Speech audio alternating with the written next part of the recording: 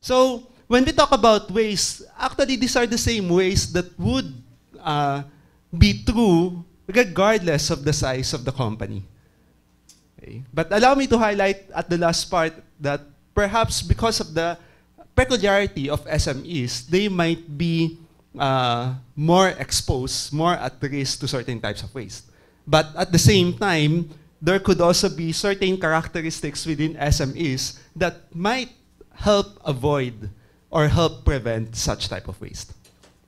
So, some definitions first before we talk about the different types of waste. What is waste? Okay. Sometimes when you ask people or when you ask people, companies or organizations, what would be waste for them, they have a difficult time of perceiving or identifying what would be the waste for them. In Lean Six Sigma, I think, and as I've heard you, as I believe you have heard from the topic of this conference or the theme of this conference, it's all about customer centricity.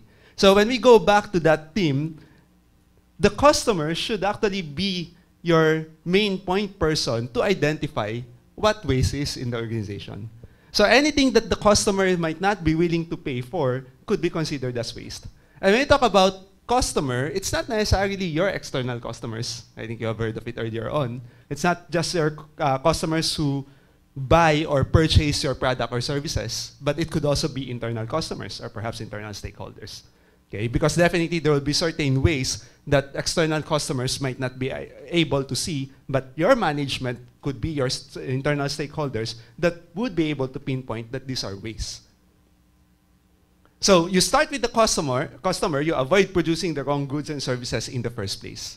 So when we talk about Lean Six Sigma right now, the identification of waste is the first step, because if you don't identify these waste, of course, you will never be able to address them. So what are these different types of waste? We have the waste of transportation, we have the waste of excess motion, we have the waste of defects, we have the waste of overprocessing, we have the waste of waiting, the waste of non-utilized talent. Okay, and let's quickly go through each of them. Transportation. So when you talk about transportation, it's basically the transfer, you know, of goods or services from one area to the other while it's in process. Okay, so you have to move goods from one location to another location just to be able to finish its processing.